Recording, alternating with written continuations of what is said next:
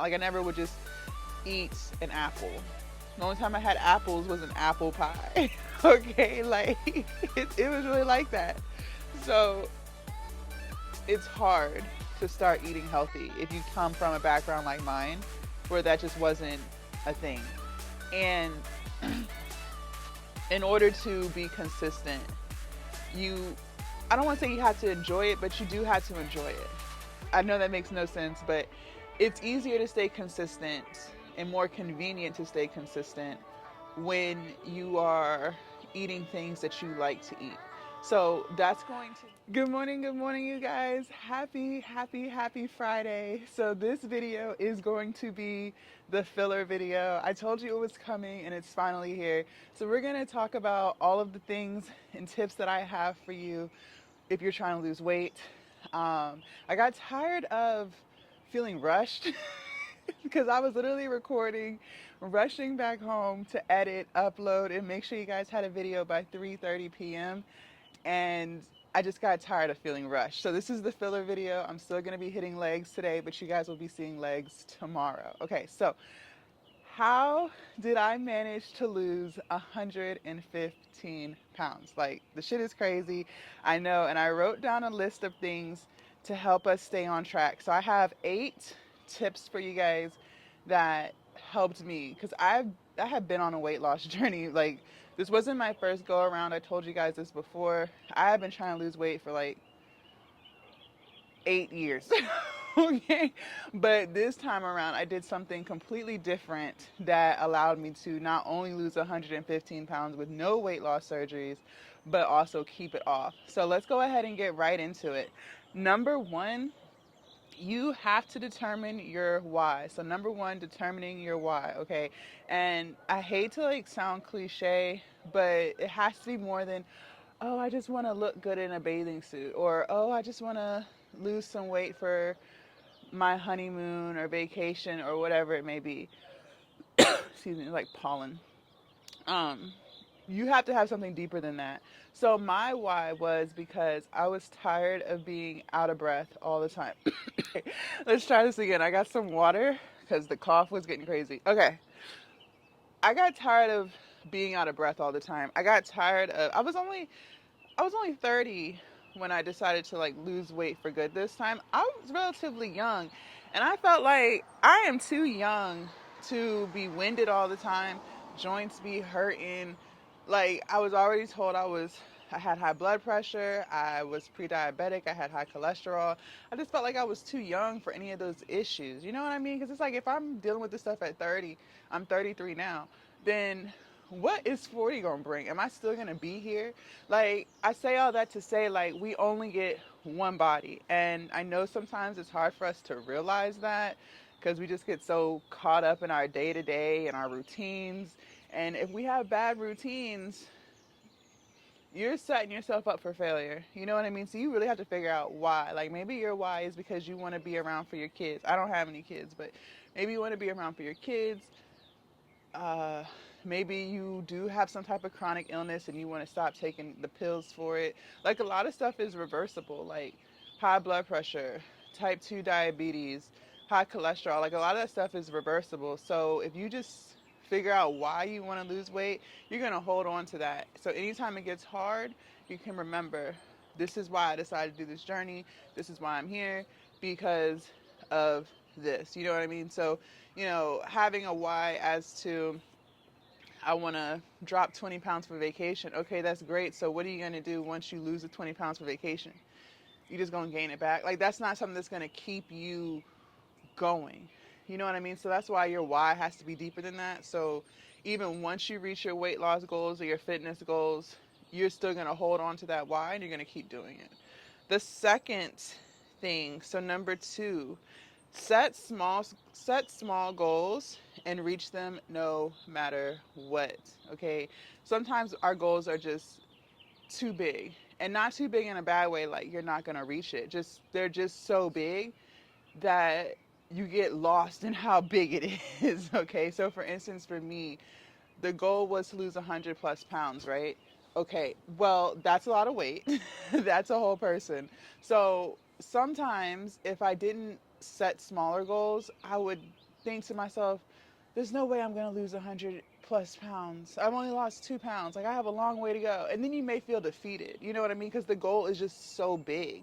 So set smaller goals. So for me, smaller goals would be things like I'm not going to eat any ice cream for the week, or I'm going to make sure I work out 3 times this week, or I'm going to go on a afternoon walk with my dog to get more steps in 3 times this week. Like things like that. Things that are very, very obtainable. Because a lot of times too, when you're overweight like that, like how I was overweight, we kind of lose hope.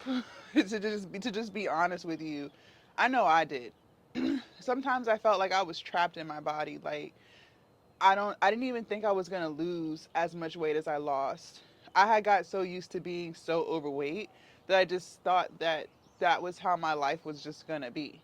And it wasn't necessarily depressing all of the time, but I did start to feel like I was going to always be a big girl. I just started to feel that way because that's how I was for 8 plus years, right?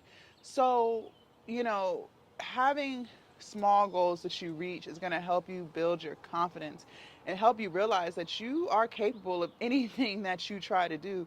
A lot of the times why we don't reach our goals, specifically weight loss, is because we don't believe in ourselves, because we lack self-confidence.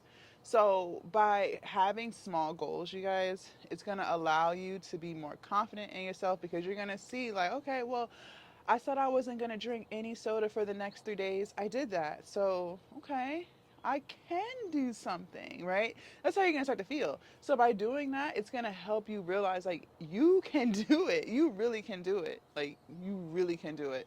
So, set small goals and do not break them. If the goal is to hit the gym 2 days this week, then fucking do it. It doesn't matter what 2 days, but you set the goal of 2 days this week, I'm going to the gym. So you're expected to do just that. That's what you're expected to do. Don't waver because it got hard. No, do it. If your goal was to not drink soda, then you're not drinking soda. Don't change the goal because shit got hard and now you're craving the soda. No, that's what I'm talking about. Stick to the smaller goals by all means necessary. Okay, that's gonna build your confidence. Number 3, this is a good one. This is a good one. Find healthy foods that you actually like to eat and look forward to. Yes, it's like that. Okay, weight loss is 90% what you eat.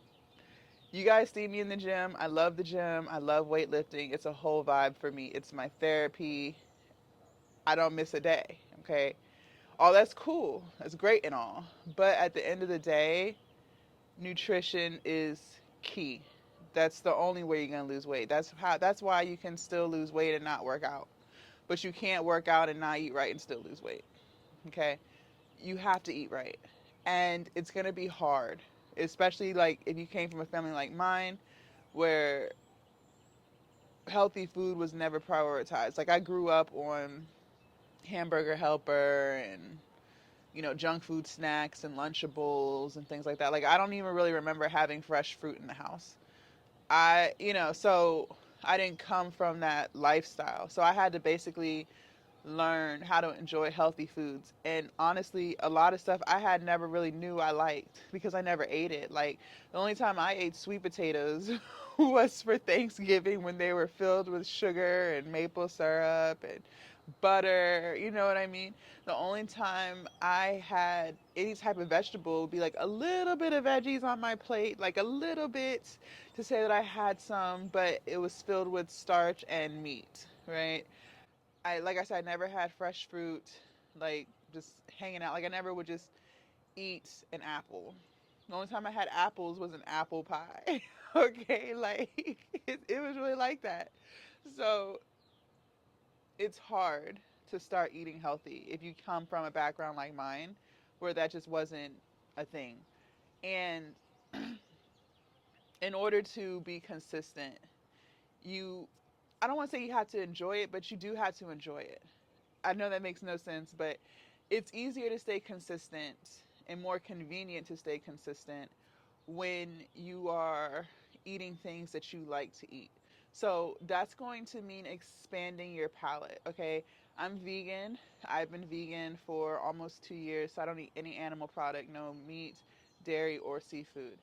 And there were a lot of things I didn't even know existed, like lentils. I had never heard of a lentil until I became vegan. Never even seen the word lentil, okay? But I expanded my palate and I tried them and I actually really, really like them. They're one of my favorite plant-based foods.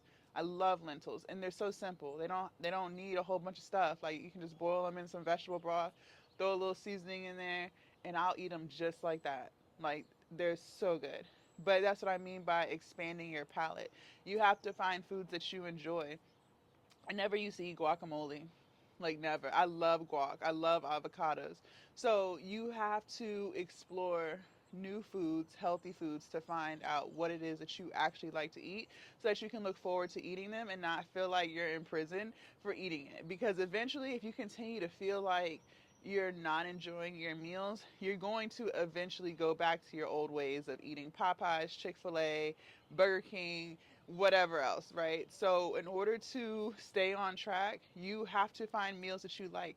I don't really care for salads. Like your standard salad with like lettuce and a shit ton of vegetables. I don't really like those. I eat them from time to time. Like I was craving a salad the other day. I might make one next week.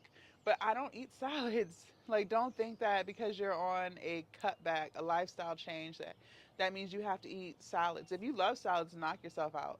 But for me, like that's just not really a thing of mine. So I'm not going to force myself to eat a salad every day because it's healthy. You know what I mean?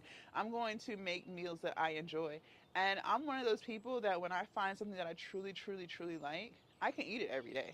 Like since I've been on my spring cut, you guys, I've literally been eating the same pre workout and post workout meal. My non dairy yogurt with granola, dark chocolate chips. I started adding some coconut flakes to it. It just really tops it off. And 1 cup of blueberries. That's pre workout. And post workout is overnight oats. So 1/4 cup oatmeal, 1 tablespoon chia seeds, 1 tablespoon maple syrup,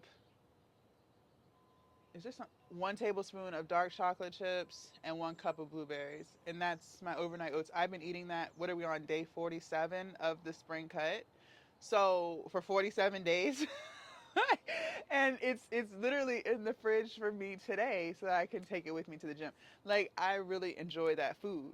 It's delicious. Like I look forward to it every single day. So that's my point. Like you have to find meals that you like that's going to make you excited to eat them so that you don't feel like you're in prison because it's not prison. I promise you, eating this way, living this way is not a prison. You can make it one, but it's not prison. Like, it's a great lifestyle, but you have to get over the hump, okay? All right, number 4, find exercises that you like to do, okay? I love lifting weights. Like I said, that's my thing. That may not be your thing, and that's okay. I want you to get resistance training in because it's good for your heart and it's going to help you build muscle mass so that you can burn more calories at rest, right? You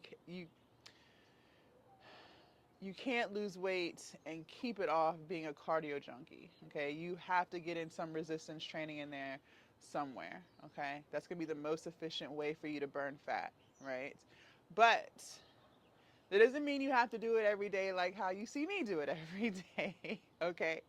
So find activities that you like to do. Maybe for you that's going on hikes. Maybe that's swimming. Maybe that's doing Zumba. Maybe that's Pilates, like whatever it is. Maybe that's biking, maybe that's going for a jog. Whatever it is for you, I want you to try different things. Maybe you'll find out you like weightlifting just as much as me, right? You never know until you try. But I want you to try a whole bunch of things. But I also want you to remember that when you're coming from a very out of shape state, like how I was, everything is going to be hard and nothing is going to be enjoyable when you first start. Okay? It's not, most of the time, it's not going to be enjoyable because you're using muscles that you've never used before. If you were a couch potato like me, you're not used to moving, okay? So be prepared to try something and be sore as fuck for the next 6 days. That's just the name of the game. But once you get over that, your body's gonna start recovering so much more quickly, and you're gonna be like me, where you can work out hard the day before and literally feel like you did nothing today. Like, that's how quickly my body recovers, okay? But it takes a while to get there. So don't be like, oh, I'm gonna like Zumba, and then you do Zumba, and then you feel really really sore, and now you're like, oh, I don't like Zumba because you're sore. That's how it's gonna be with anything that you try to do. Even if you go on a walk, if you're not used to walking, and you go on a 2 or 3 mile walk, or however much you can walk when you first start, right? Even if you can only walk a half a mile, whatever it is, your body's gonna be sore. Probably when you're done, and into the next day, and probably the day after that, just because your body is just not used to moving. Okay, so don't let that deter you from new things. Okay, just know that I want you to find exercises that you like to do so that you're going to be more likely to do it. Okay, because again, like we talked about with the food, if you're doing activities that you don't look forward to doing, eventually you're going to stop doing it. And then it's like, okay, now what? Because you didn't like it. So I encourage you to try a whole bunch of different things. Try a lot of things. Just go to your local gym. Most gyms have like classes, a whole bunch of different classes. Just pick different ones. Like, maybe set a goal. This week I'm going to try 2 different classes and see which ones you like and which ones you don't like. Maybe you didn't like the instructor in one, but you like the instructor in another. A lot of times the instructors teach different types of classes. So, just try different things, okay? Number 5, change your environment if you're around overweight and obese people. Sometimes you can't change your environment, but if you have the ability to, you need to. Okay, food is a drug. It really is a drug. Sugar is addictive. Fast food is addictive. Junk food is addictive. It's a drug, you guys. I was addicted to food, okay? That's why I was so overweight. That's how I handled stress and anxiety and whatever. The same is true for people who are on drugs. So, your environment is everything. I've told you guys this before. You are the people that you associate yourself with the most, right? If you really want to do something, sometimes, or a lot of times, that requires you to remove yourself from people who aren't trying to do what you're trying to do. Now, if everyone is in agreement and trying to lose weight, then that's great, okay? But if you're around people who are also overweight and they have no desire to lose weight, or they're trying to discourage you from losing weight, you can't be around those people anymore. When I started my weight loss journey, I literally isolated myself. I literally isolated myself. I stopped hanging out. I stopped hanging with family. I literally isolated myself because I wanted to be focused on losing weight. And my whole family eats like shit. My whole family eats like shit. Okay? They drink soda, they eat out, they eat fast food, fried foods. It they all eat like shit. And it's nothing against them. It's just in that moment I wanted to focus on losing weight. It's hard to be around triggers when you're in recovery. And I'm chuckling, but it's true because I don't know if everyone's going to see it that way, but it really is that. Okay, I told you guys before, if you've watched some of my other videos, I used to have a drinking problem. And it just got to the point where I can now openly talk about it because for the longest time, I was in denial. I haven't had a drink in almost 3 years, but I had a drinking problem. Now, I was never driving and drinking, I never was getting sick, but I needed to drink every day to deal with my life, right? Okay, so I no longer keep alcohol in the house, not because I think I'm gonna withdraw or relapse, but for what? Like, why even tempt yourself? Like, why? You know what I mean? The same applies with food. So, if you're trying to change, if you know you're addicted to certain foods like ice cream or chips or whatever, stop putting it in the house. And if people don't like how you're choosing to change and live your life, then you need to remove yourself from them. If they're not going to be supportive, if they're trying to discourage you or tell you that you can't do it, stop talking to them. You don't have time for that. You have to focus on what it is that you're trying to do, which is lose weight. So sometimes that means removing yourself temporarily so you can get yourself right and then you can reappear once you've started to make progress. Like, I hang out with my family now, but in the moment during those few months where I was really just trying to focus, I didn't really hang out. I would still talk, over the phone, but as far as going to like family dinners and stuff, I wasn't doing any of that because I just didn't I just didn't want to be around the food that I was addicted to. It's as simple as that. All right. Number 6, heal your traumas. Like I talked about when it comes to food, or in my case when I was drinking a lot, it's because we're trying to escape something. Everyone has traumas. No one is perfect. And a lot of times when it comes to overeating, it's for a couple of things. It's because we suffer from anxiety, it's because we're stressed, it's because maybe we feel trapped, it's because we're bored, it's because we're depressed. There's so many reasons as to why you're overeating. Nobody is like, oh, when they're a child, no one's like, oh, I want to be obese when I grow up. No one says that because that's not a normal thought process. It's because you're you don't know how to deal with whatever has happened to you or whatever is happening to you right now. So you use food to cope with it. Okay? Instead of dealing with it, right? You have to figure that shit out. I went to a lot of counseling before I even started losing weight because I was very codependent. I I just had this need to want friends. And so I would choose to be friends with people who weren't the best friends to be friends with, right? And so, in order to, how do I put this? In order to deal with never having my voids filled, I would eat, right? When I say I was codependent, that meant like I needed to be around people. I couldn't function by myself. Like I needed people's opinions about me mattered. I cared what people thought. It was just it was just a lot. It was a lot going on. I just wasn't emotionally stable within. Okay. So I would eat to deal with it. I didn't know how to deal with stressful situations. Anything that happened would work me up. Like literally anything. Now I'm so chill, like it's like whatever. But back then, you guys, if I got written up at work or just anything, like I would just go crazy. I would go crazy. I would literally start to freak out over the smallest things, literally. So I had to deal with a lot of stuff internally in order to get to the point now where I don't let external things mess with me internally.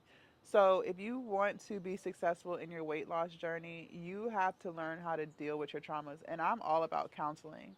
There's nothing wrong with going to counseling, there's nothing wrong with talking about things that you've gone through, things that you're experiencing.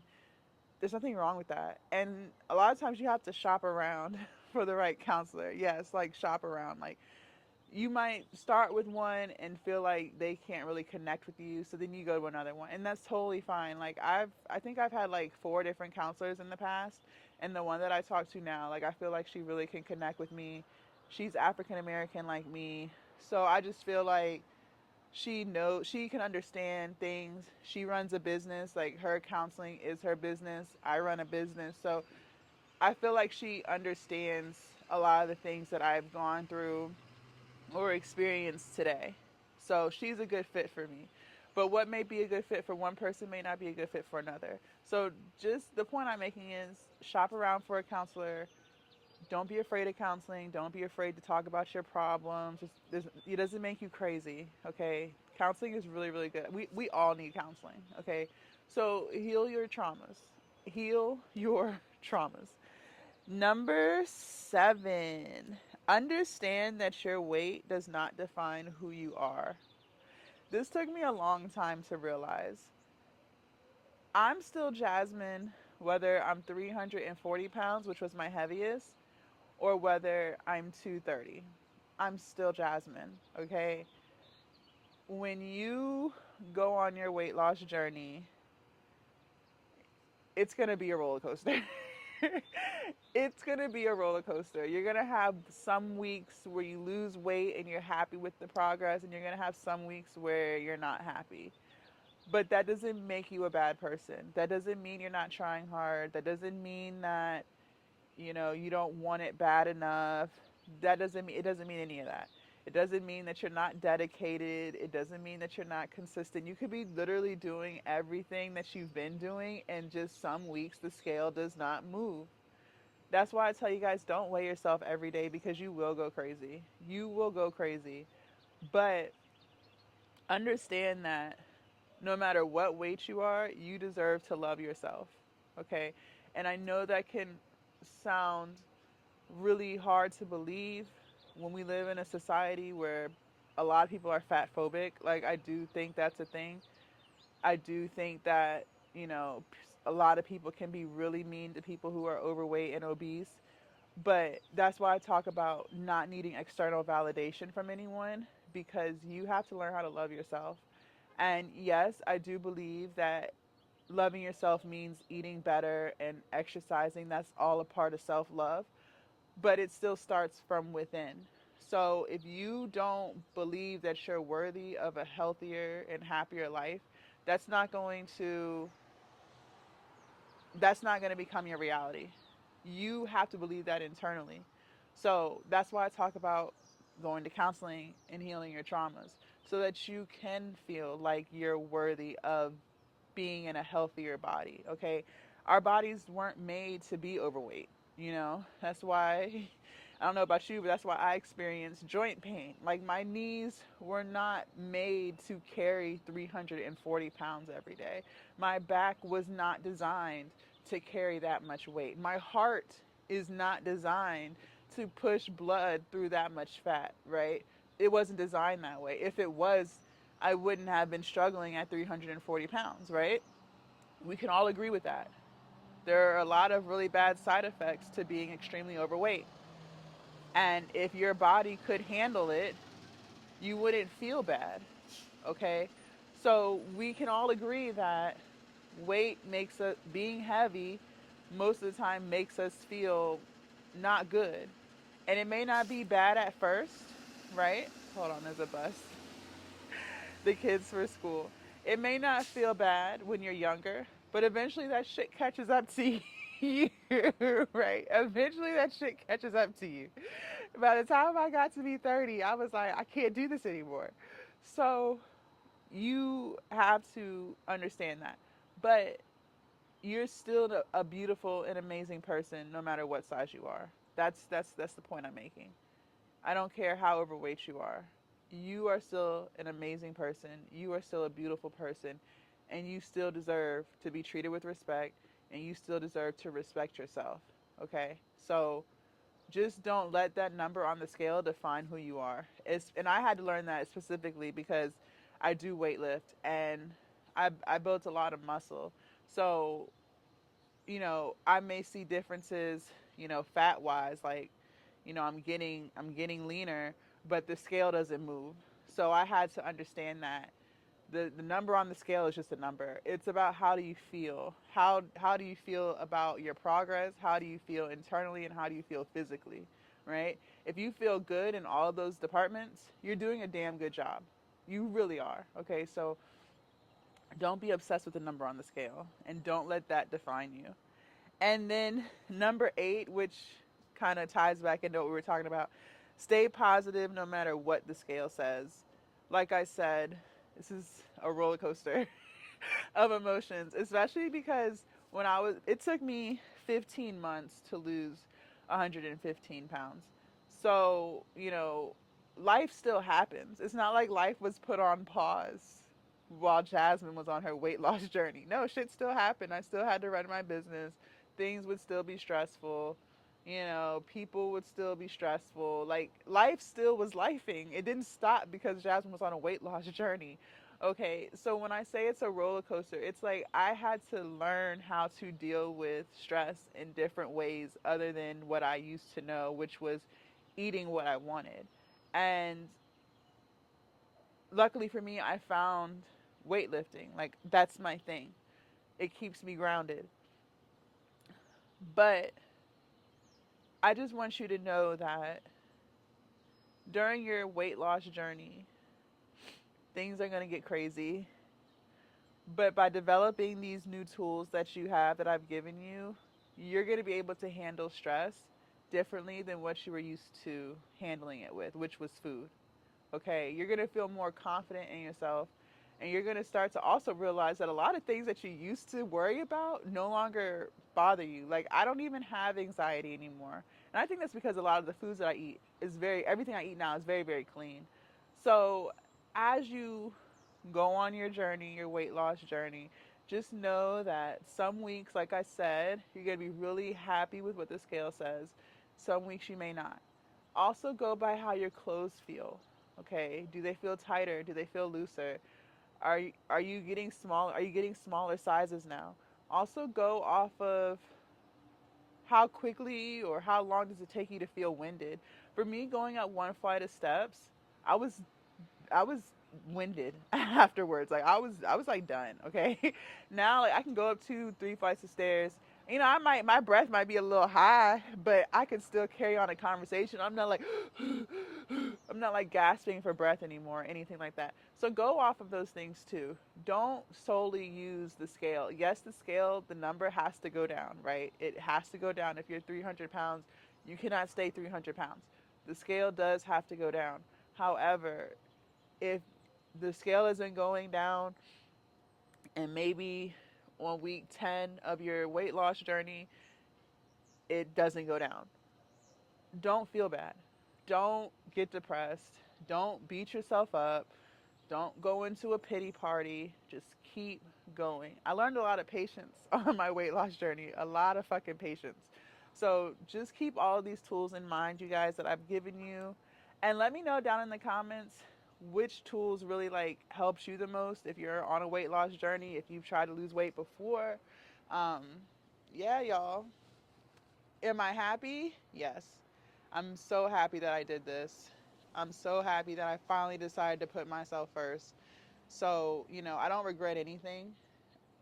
I think everything happens for a reason. And I think the time in which it happens is also for a reason. So, you found this video because the time is now for you. Maybe the time wasn't now for you a year ago, right? But everything happens for a reason. This video popped up on your timeline because the universe is telling you that your time is now, and you don't have to have weight loss surgery in order to lose weight. It's hard work. I'm not saying having weight loss surgery isn't hard work, because it is. No matter what route you take, you still have to put in work. You still have to be consistent. You still have to be disciplined. But, everyone's journey is their own journey.